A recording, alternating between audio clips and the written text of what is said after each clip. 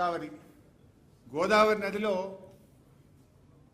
కాకతీయ నిజాం రూల్లో మనకు దక్కిన నీళ్లు 252 టీఎంసీలు.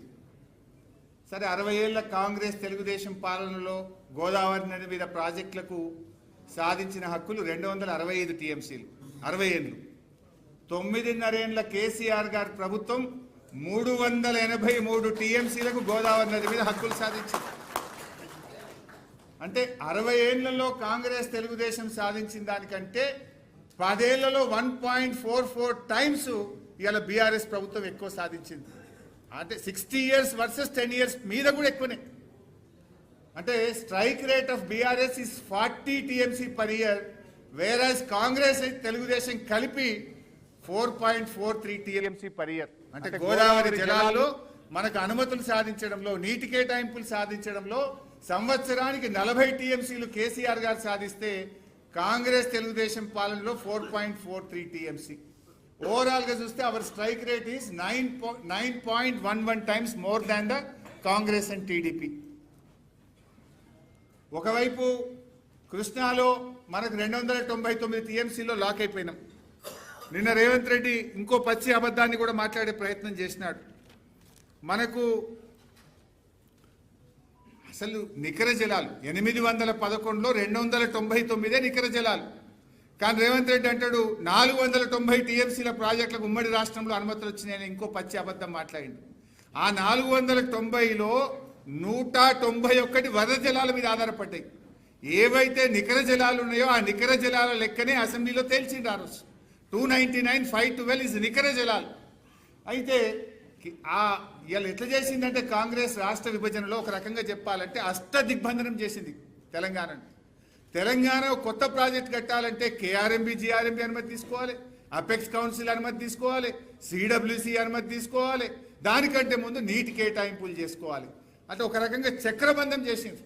ఇన్ని రకాల ఇబ్బందులు ఉంటే కూడా కేసీఆర్ గారు మన రైట్ ఎస్టాబ్లిష్ చేయాలని చెప్పి ఆయన ఒకవైపు పాలమూరును కట్టే ప్రయత్నం చేస్తూ, ఒకవైపు దిండి కట్టే ప్రయత్నం చేస్తూ, మరొక వైపు పెండింగ్ ప్రాజెక్టులు పూర్తి చేయడానికి యుద్ధ ప్రాతిపదికన కృషి చేస్తూ, ఇంకొక వైపు గోదావరి నదీ జలాల్లో 968 టీఎంసీల రైట్ ఏదైతే ఉందో దాన్ని ఎస్టాబ్లిష్ చేసి, రేపు ఇవాళ కృష్ణ మీద మనం ట్రిబ్యునల్ అడుగుతున్నాం, రేపు గోదావరి మీద ట్రిబ్యునల్ వస్తే అది వచ్చేలోపే 968 టీఎంసీల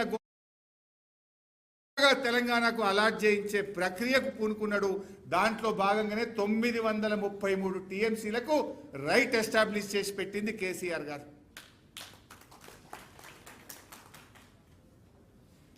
ఇది మీరు చూస్తే మొత్తం లెక్క ఏ ప్రాజెక్టు కేసీఆర్ గారు ఎన్ని వాటర్ అలొకేషన్ చేసిండ్రు మొత్తం నేను చెప్పిన 933 టీఎంసీలు నోటి మాట కాదు, ఇది విత్ ఫ్యాక్ట్. మీరు అక్కడ చూస్తే కనబడుతుంది 933 933 టీఎంసీలు వేరియస్ ప్రాజెక్ట్స్కు గోదావరిలో కేంద్ర ప్రభుత్వం నుంచి అనుమతులు తెప్పించి రైట్ ఎస్టాబ్లిష్ చేసి పెట్టిన ప్రభుత్వం కేసీఆర్ గారి ప్రభుత్వం.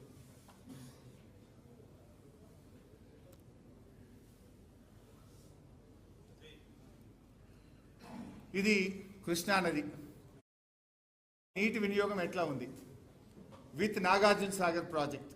మీరు చూస్తే 2004 నుంచి 14 వరకు కాంగ్రెస్ పాలనలో వాడిన నీళ్లు కృష్ణానదిలో 228 టీఎంసీలు. మన బీఆర్ఎస్ ప్రభుత్వం 9.5 ఏళ్లలో 284 టీఎంసీలు వాడినాం. అంటే బీఆర్ఎస్ వచ్చిన తర్వాత మనం పెండింగ్ ప్రాజెక్టులు పూర్తి చేయడం వల్ల కృష్ణానదిలో పెరిగిన నీటి వినియోగం ఇది వితౌట్ నాగార్జున సాగర్ చూస్తే 130 టీఎంసీ. మనకంటే ముందు 10 ఏళ్ల కాంగ్రెస్ పాలన, బీఆర్ఎస్ పాలనలో 205 టీఎంసీలు మనం కృష్ణానదిలో వాడుకోవడం జరిగింది. యావరేజ్గా చూసినా కూడా 65 టీఎంసీలు మనము కృష్ణానదిలో వినియోగం బీఆర్ఎస్ యొక్క కాలంలో పెంచుకోవడం జరిగింది. కంపారిజన్ చూస్తే 9.5 years బీఆర్ఎస్ రూల్లో 6.91 టీఎంసీ అడిషనల్గా ఒక సంవత్సరానికి నీటి వినియోగం కృష్ణానదిలో మనం పెంచాం. 60 ఏళ్ల కాంగ్రెస్ టీడీపీ పాలనలో కృష్ణానదిలో 1.78 టీఎంసీ మాత్రమే వాళ్ళు నీటి వినియోగం పర్ ఇయర్ సాధించడం జరిగింది. వాళ్ళు 1.78 టీఎంసీ పర్ ఇయర్ సాధిస్తే మనము 6.91 అంటే దాదాపు 7 టీఎంసీలు పర్ ఇయర్ మనం నీటి వినియోగం పెంచుకోవడం జరిగింది. ప్రాజెక్ట్ క్లియరెన్సెస్ బీఆర్ఎస్ ప్రభుత్వం వచ్చినాక 11 ప్రాజెక్టులు మనం కేంద్ర ప్రభుత్వానికి డిపిఆర్లు పంపినాం. 11 ప్రాజెక్టులు డిపిఆర్లు పంపితే 7 ప్రాజెక్టులకు మనం అనుమతులు సాధించినాం. ఒకటేమో ఫైనల్ స్టేజ్లో ఉంది, సమ్మక్క సాగర్ ప్రాజెక్టు అన్ని అనుమతులు వచ్చినాయి. ఒకటే ఆ ఛత్తీస్గఢ్తో ఇంటర్స్టేట్ ఒకటే ఒక ఇష్యూ పెండింగ్ ఉంది. ఒక 3 ప్రాజెక్టులు ఈ కాంగ్రెస్ గవర్నమెంట్ వచ్చినాక మన గవర్నమెంట్లో వాపస్ రాలే. ఈ 3 మన గవర్నమెంట్లో యాక్టివ్ కన్సిడరేషన్లో ఉండే. కాంగ్రెస్ వచ్చినాక పాలమూరు రంగారెడ్డి వాపస్ వచ్చింది, అంబేద్కర్ వార్దా డిపిఆర్ వాపస్ వచ్చింది, కాళేశ్వరం అడిషనల్ టీఎంసీ వాపస్ వచ్చింది. దీన్ని మనం ఇంకా ముందుకు పోయి చూస్తే 9.5 ఏళ్ల బీఆర్ఎస్ గవర్నమెంట్లో 11 డిపిఆర్లు పంపినాం, 7టికి అనుమతులు సాధించినాం, ఒకటి ఇంకా అక్కడ పెండింగ్లో ఉంది. 2 ఏళ్ల కాంగ్రెస్ గవర్నమెంట్ ఒక్క డిపిఆర్ పంపలే, ఒక్క క్లియరెన్స్ దేలే, డిపిఆర్లు మాత్రం 3 వాపస్ వచ్చినాయి. అంటే BRS success rate 63%, Congress success rate -30. మనమేమో 7 ప్రాజెక్టులకు అనుమతులు తెచ్చినాం. ఆ ఒక్కటి సమ్మక్క సాగర్ కూడా 90% అయింది. ఆ 3 ప్రాజెక్టులు కూడా మనం వేగవంతంగా అనుమతులు తెచ్చే ప్రాసెస్ ఉంటే వీళ్ళ 2 ఏళ్ల చేతగాని పాలనలో ఇంకా ఇది చెప్తుండు, మేము ఎంపీలుగా పనిచేసినాం, మాకుండే అనుభవం వాడినాం, మేము ఏం పీకినావు 3 ప్రాజెక్టులు వాపస్ తెచ్చినాం. నువ్వు తెచ్చింది 3 ప్రాజెక్టులు రిటర్న్ వచ్చినాయి. అవర్ సక్సెస్ రేట్ ఈజ్ 63%, నీ సక్సెస్ రేట్ -30. సిగ్గుతో తలదించుకోవాలి నువ్వు. ఇక కృష్ణానది ఇది పదే మాట్లాడుతుండ్రు 30 మాట. దీంట్లో కూడా పచ్చి అబద్ధాలు బయట మాట్లాడిండ్రు, నిన్న అసెంబ్లీలో మాట్లాడిండ్రు. ఇప్పుడు నేను సాక్ష్యాధారాలతో సహా రుజువు చేస్తాను. అసలు ఈ కృష్ణానది పరివాహక ప్రాంతం మనది 68, తెలంగాణకి ఇచ్చింది కేవలం 34%. మరి ఉమ్మడి రాష్ట్రంలో చూస్తే మనకిచ్చింది 34, 66.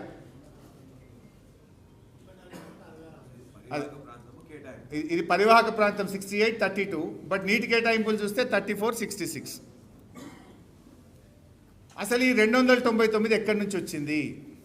ఉమ్మడి ఆంధ్రప్రదేశ్లో తెలంగాణకు 60 ఏళ్లలో కేటాయించిన నికర జలాలు 299 టీఎంసీలు. ఇది నేను చెప్తలేను. Information furnished with reference to the MLAs letters AP reorganisation act bill 2013. ఇది ఆ బిల్లులోనే పెట్టింది. ఇది శాసనసభలో పెట్టి ఏపీ రీఆర్గనైజేషన్ బిల్ 2013లో ఇది భాగం. అంటే ఆనాడు ఆంధ్రప్రదేశ్ ప్రభుత్వం, ఆనాటి కాంగ్రెస్ ప్రభుత్వం తెలంగాణకు కేవలం 299 టీఎంసీల నికర జలాలు మాత్రమే కేటాయించిండ్రు. ఇది వాళ్ళ ద్రోహం. మీరు ఇక్కడ ఫస్ట్ మీటింగ్ ఇది పదే ఏం చెప్తున్నారు? కేఆర్ఎంబీలో 2015-16లో వీళ్ళు ఒప్పుకొని వచ్చిండ్రు, 299కి ఒప్పుకున్నారు అన్నారు. మీకు ఇంకా బాగా అర్థం కావడానికి ఇది 20th June 2015 minutes of the meeting. ఇది ఇక్కడ చూడండి ఒకసారి yellow. In this regard he highlighted that the KWDT award the erstwhile state of Andhra Pradesh has been allocated 811 TMC utilization in various projects as en bloc. However, as per the arrangements decision taken by the erstwhile state of Andhra Pradesh, allocation in both the parts of the state came to be 512 TMC Andhra Pradesh and 299 TMC to Telangana. ఇంత స్పష్టంగా అక్కడ ఇది చెప్పడం జరిగింది. ఆనాటి ఉమ్మడి ఆంధ్రప్రదేశ్లోనే ఈ 512 ఆంధ్రాకు, 299 తెలంగాణకు కేటాయించారు. It was agreed in the meeting that the figures share of the ratio of the 2 states as mentioned in the list of projects dated 18-10-2013. చూడండి 18-10-2013 ఏంది? మీరు బ్యాక్ పోతే కనబడుతుంది. ఇగో ఇది 18-10-2013 ఈ bill. 18-10-2013 may be followed as the working arrangements for the current year only, without prejudice to the rights of the 2 states about the entitlements which have been raised or to be raised before any appropriate forum. Thereafter, it is important. Thereafter, project-related issues were discussed and following working arrangements for the year 2015-16 only were agreed as a temporary measure. తాత్కాలిక సర్దుబాటు. ఇది ఇక్కడ the entire arrangements agreed for the current year would be without any prejudice to the stand of both states before any forum. ఇప్పుడు ఈ ఆదిత్యనాథ్ దాస్ ఆంధ్రప్రదేశ్కి వెళ్ళి ఈయన advisor గారు తెలంగాణ ద్రోహి, తెలంగాణకు అన్యాయం చేసిన దాస్ ఆ రోజు ఆంధ్రప్రదేశ్కి వెళ్ళి సంతకం పెట్టిండు. ఈ మీటింగ్లో ఆనాడు మన CWC retired chief engineer R Vidyasagar Rao గారు ఆ మీటింగ్లో పాల్గొని జాగ్రత్తగా ఈ తాత్కాలిక ఒప్పందం, తాత్కాలిక అరేంజ్మెంటు ఇది ఏ కోర్టు ముందు కానీ ఎక్కడ కానీ చెల్లదు, ఎనీ ఫోరం ఉందని చాలా జాగ్రత్తగా ఆ రోజు విద్యాసాగర్ రావు గారు దీన్ని డ్రాఫ్ట్ చేయించారు. ఇది arrangement. There is a difference between arrangement and agreement. Arrangement అనేది తాత్కాలిక ఏర్పాటు, సర్దుబాటు. అగ్రిమెంట్ అంటే ఒప్పందం. ఇక్కడ రాసింది ఏంది? It is clearly mentioned, it's a arrangement. It's only a temporary arrangement, it is not agreement. ఆ అరేంజ్మెంట్ కూడా ఎందుకు చేసుకోవాల్సి వచ్చింది? 2013 ఏపీ రీఆర్గనైజేషన్ యాక్ట్ బిల్లు తయారు చేసేటప్పుడు ఆనాటికి తెలంగాణకు 299 నికర జలాలే ఉన్నాయి కనుక ఆ టెంపరరీ అరేంజ్మెంట్ చేసుకోవాల్సి వచ్చింది. అంటే అసలు ఈ 299కు కారణమే నాటి కాంగ్రెస్. ఉమ్మడి రాష్ట్రంలో తెలంగాణకు నికర జలాలు కేటాయించకపోవడం వల్లనే తెలంగాణకు ఈ అన్యాయం జరిగింది. తర్వాత కేసీఆర్ గారు సరే మనం అప్పుడు పాలమూరు పెండింగ్ ప్రాజెక్ట్స్, మా నిరంజన్ ఉన్నారు ఇక్కడ, మా లక్ష్మారెడ్డి గారు అప్పుడు మంత్రిగా ఉన్నారు, అప్పుడు ఇప్పుడున్న జూపల్లి కృష్ణారావు అల్లవై చేరిండు, ఆయన కూడా బీఆర్ఎస్ గవర్నమెంట్లో మంత్రి ఉండే.